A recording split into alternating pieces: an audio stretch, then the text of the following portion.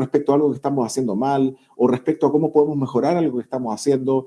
Las personas que te quitan la gasolina son personas que posiblemente sus conversaciones dentro de la empresa estén más relacionadas al chisme, a aquello que no agrega valor. Sin embargo, las personas que agregan valor, las personas que suman valor, que te dan gasolina, son esas personas que siempre tienen una actitud, que siempre tienen un buenos días, buenas tardes, buenas noches, perdón, gracias, te colaboro, ¿sí? Entonces, hoy en día existe una definición que todos tenemos que tomar, como tomé yo hace mucho tiempo, si dentro de estos dos grupos de personas quiero ser de las personas que dan gasolina o quitan la gasolina. Dentro de esos dos grupos también están las personas que quieren ser protagonistas de la vida o que quieren ser espectadores. Y esto se me viene siempre a la mente como una obra de teatro, ¿no? Cuando uno va a una obra de teatro, uno va como espectador, se sienta en las butacas y ve cómo actores y actrices llevan adelante una obra. En el mundo y en la vida funciona igual. A veces nosotros somos espectadores de nuestra vida y no nos hacemos cargo. A veces vemos oportunidades y las dejamos pasar porque creemos que otras las pueden aprovechar mejor que nosotros. O somos espectadores respecto a decisiones de nuestra vida o somos espectadores respecto a decisiones que tenemos que tomar en nuestro trabajo. Un protagonista es una persona que tiene la oportunidad de agarrar un lápiz, un bolígrafo y escribir la historia de su vida. Por lo demás no significa que sea una vida perfecta, ¿no? Ser protagonista significa hacerse cargo de lo que yo escribo, ¿sí? Y esto lo imagino mucho como un libro. Un libro tiene diversos capítulos, capítulos buenos, capítulos malos, pero al final capítulos que los escribo yo, que me hago cargo yo, en un mundo donde requiere que la gente tenga un alto nivel de adaptación, y donde ser protagonista y dar gasolina al resto son fundamentales. Y si uno es de las personas que quiere ser solamente espectador de un mundo protagonista y que es de esas personas que te quita la gasolina, la verdad que no hay mucho campo para ese grupo. Del colegio de mi profesor de matemática multiplican o quieren ser de las personas que restan y dividen. Y obviamente yo quiero ser protagonista de mi vida, quiero darle gasolina al resto, quiero agregar valor al resto y quiero sumar y multiplicar en lo que hago. Y no quiero estar ni rodearme de gente que quiera ser espectador de un mundo que ya cambió radicalmente, que le quita la gasolina al resto, que absorbe energía al resto y que prefieren restar y dividir en un mundo en el cual lo único que funciona es la capacidad que tenemos de sumar y multiplicar. Mira, ahí me venía a la mente algo, ¿no? Tal vez adelantándome un poquito al siguiente punto que vamos a tratar, pero tú decías gente protagonista, actitud positiva. ¿Puede hacer la diferencia de repente el tamaño de la organización, la complejidad de que esta regla de la comunicación, esta importancia se cumpla o no se cumpla? ¿Es menos importante la comunicación en un emprendimiento de repente que está iniciando, o una empresa chiquitita, una empresa familiar, versus una empresa que ya ha escalado, una multinacional, por ejemplo? No, no tiene mucha relación y voy a llevarte al extremo de una conversación. El tipo de conversación que nosotros deseamos tener, conversaciones, como bien lo mencioné, porque hay distintos tipos de conversaciones. Nosotros podemos tener conversaciones para la acción, donde el propósito básicamente es coordinar compromisos, es tomar decisiones, ejecutar tareas, etcétera. También tenemos conversaciones para abrir posibilidades, para imaginar futuros deseables, para abrir nuevas ideas, para soñar en grande. También tenemos conversaciones de exploración, donde el propósito de ese tipo de conversaciones es indagar y profundizar en nuevas perspectivas sin buscar acción inmediata. También están las conversaciones que son más relacionales, que esas tienen como propósito reconocer emociones, fortalecer vínculos, construir confianza en el equipo, etc. Y cada una de estas conversaciones son relevantes, no hay más relevante una que otra, porque si solamente estamos orientados a la acción, podemos caer en el pragmatismo y por ahí utilizar a las personas sin solo explorar en realidad en lo que estamos buscando. ¿Y por qué hago esta introducción? Porque en la familia una conversación que suma, una conversación de posibilidades, una conversación a la acción, puede marcar la diferencia en una relación matrimonial o la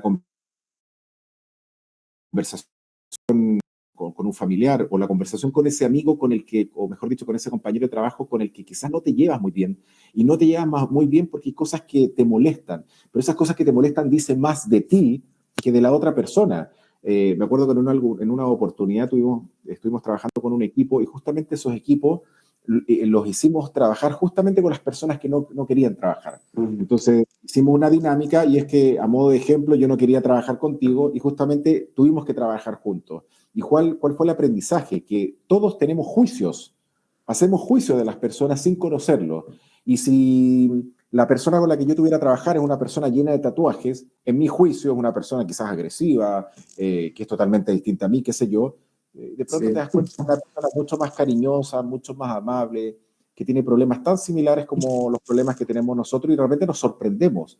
Entonces, ¿cuántas veces nos cerramos por posibilidades por dejar de hacer cosas por los juicios que nosotros tenemos? Entonces, volviendo a tu pregunta, conversar con un equipo de una empresa de 10, 15, 20, 200, 500 personas o con nuestro núcleo familiar no hace la diferencia. Lo que hace de la diferencia es la calidad de las conversaciones.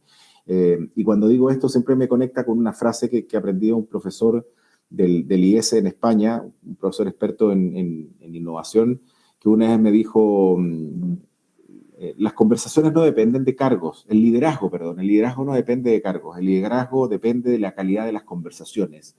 Tú como líder, ¿cuáles son las conversaciones que tienes con tu equipo para liderar y para que te sigan? ¡Wow! Yo quedé uno acostumbrado a que el liderazgo depende de los cargos y depende de etcétera. Bueno, liderazgo no depende de eso. Una persona en una estructura en la parte baja puede generar liderazgo, depende de las conversaciones que tenga, y eso es importante que lo entendamos, que las conversaciones, independiente de la cantidad de equipos, siempre es importante ser empático, influir, generar buenos estados de ánimo y buena predisposición en los equipos.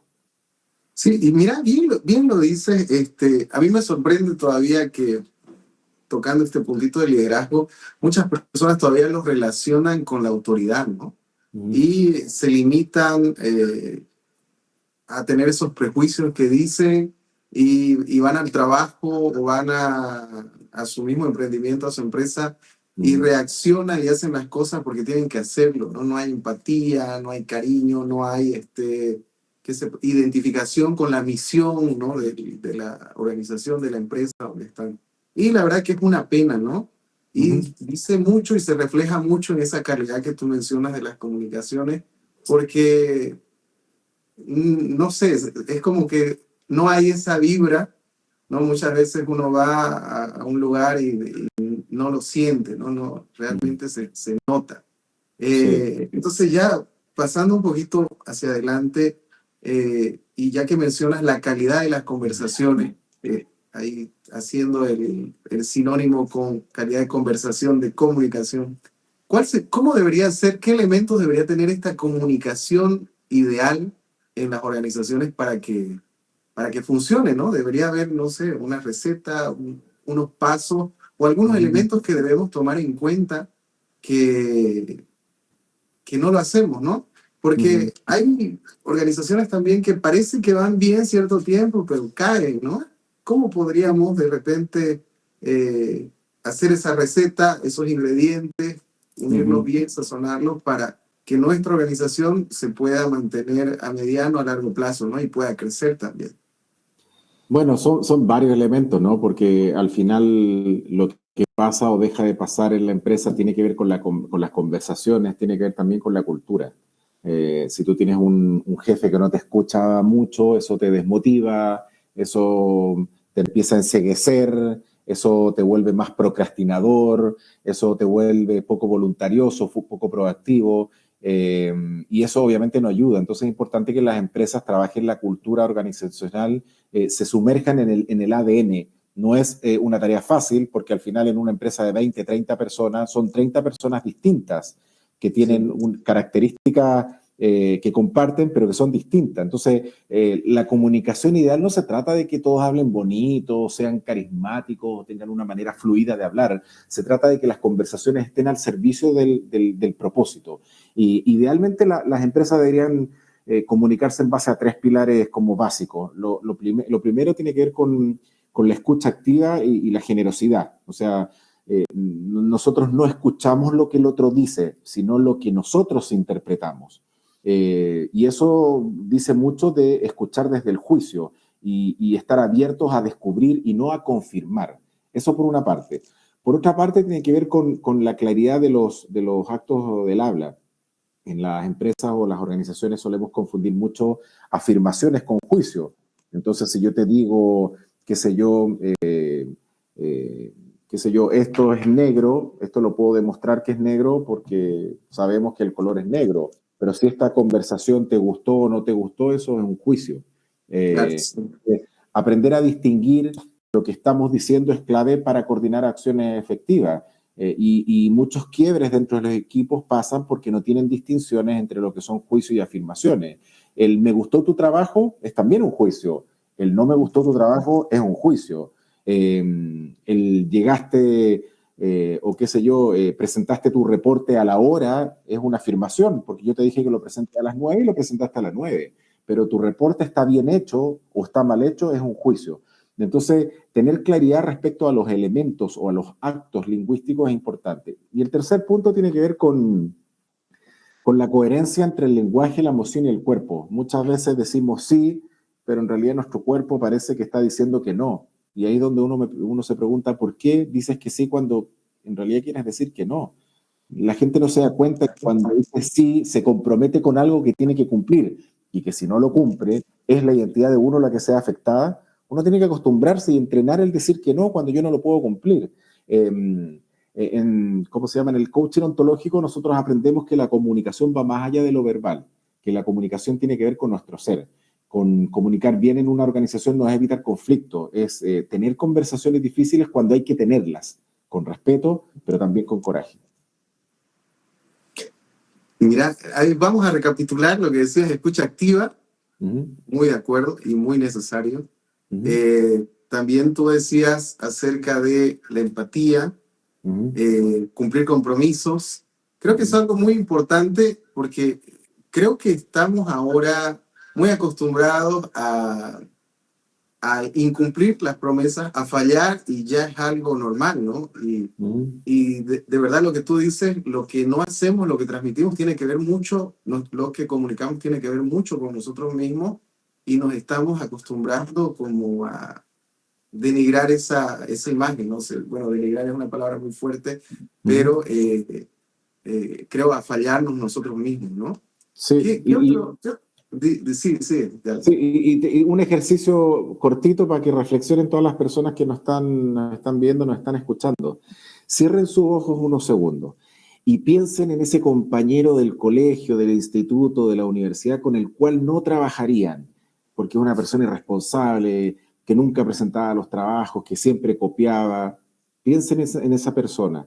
Ahora se está apareciendo la cara en la imagen de cada uno de ustedes. ¿Qué está pasando? ¿Qué ha pasado? Que todos han empezado como a imaginar a esa persona. Bueno, eso que acabamos de hacer tiene que ver con la identidad. Yo acabo de poner ciertos elementos en la conversación que permitió que cada uno de ustedes imagine a esa persona floja, irresponsable, que siempre copiaba, que para estaba presente, pero para hacer trabajo no lo estaba, y apareció esa imagen. ¿Qué significa eso? Que esa persona tiene una identidad que proyecta. Eso es lo que proyecta esa identidad. Por ende, yo les pregunto a cada uno de ustedes, bueno, ¿cuál es la identidad que ustedes proyectan? Si todos tuviéramos que cerrar los ojos pensando en ti que estás escuchando y viendo esta transmisión, ¿qué diríamos de ti? O al revés, ¿qué dicen de mí las personas? Que soy una persona responsable o irresponsable, que soy generoso o no soy generoso. Bueno, eso tiene que ver mucho con la identidad que la persona proyecta y es el resultado de sus acciones, de sus compromisos, del saber decir que no, del saber decir que sí, de negociar, etc. Sí, exactamente, no tiene que ver mucho con uno mismo y con los valores que tiene, ¿no? Uh-huh. No sé por qué estaba Marcelo riéndose, estaba haciendo la dinámica y riéndose. Alguien le No sé, apareció ahí en la mente. sí. O yo pensaba, ¿no? Si cerraste los ojos y no viste a nadie, entonces el compañero irresponsable eras tú. Claro, puede ser. Quizás se sintió identificado, Marcelo. No. Sí, sí. Si no, no encontrabas a alguien así. Bueno, Uh-huh. válido, ¿no? Entonces, escucha activa, cumplir compromisos, empatía, no tener prejuicios, ¿no? saber abordar, saber distinguir entre juicios